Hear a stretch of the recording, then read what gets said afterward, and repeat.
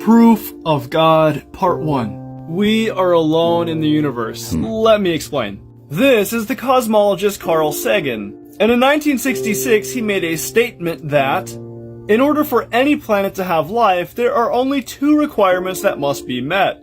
The planet has to orbit a very specific type of star, and it has to be just the right distance from that star. So this means that roughly out of the 10 to the power of 27 stars in the universe, about 10 to the power of 24 planets could have life, potentially.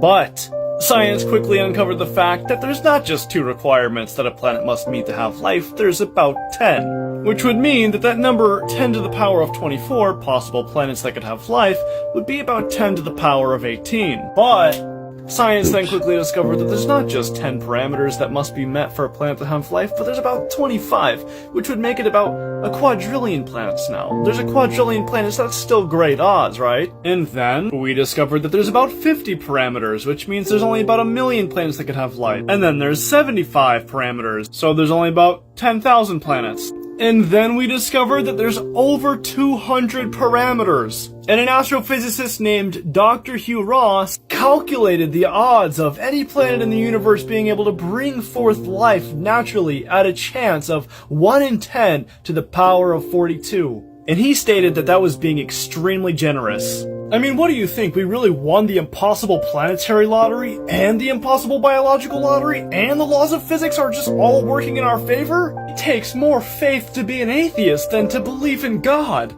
But anyways, if this was something new for you, please follow along because I've got a lot of information to cover.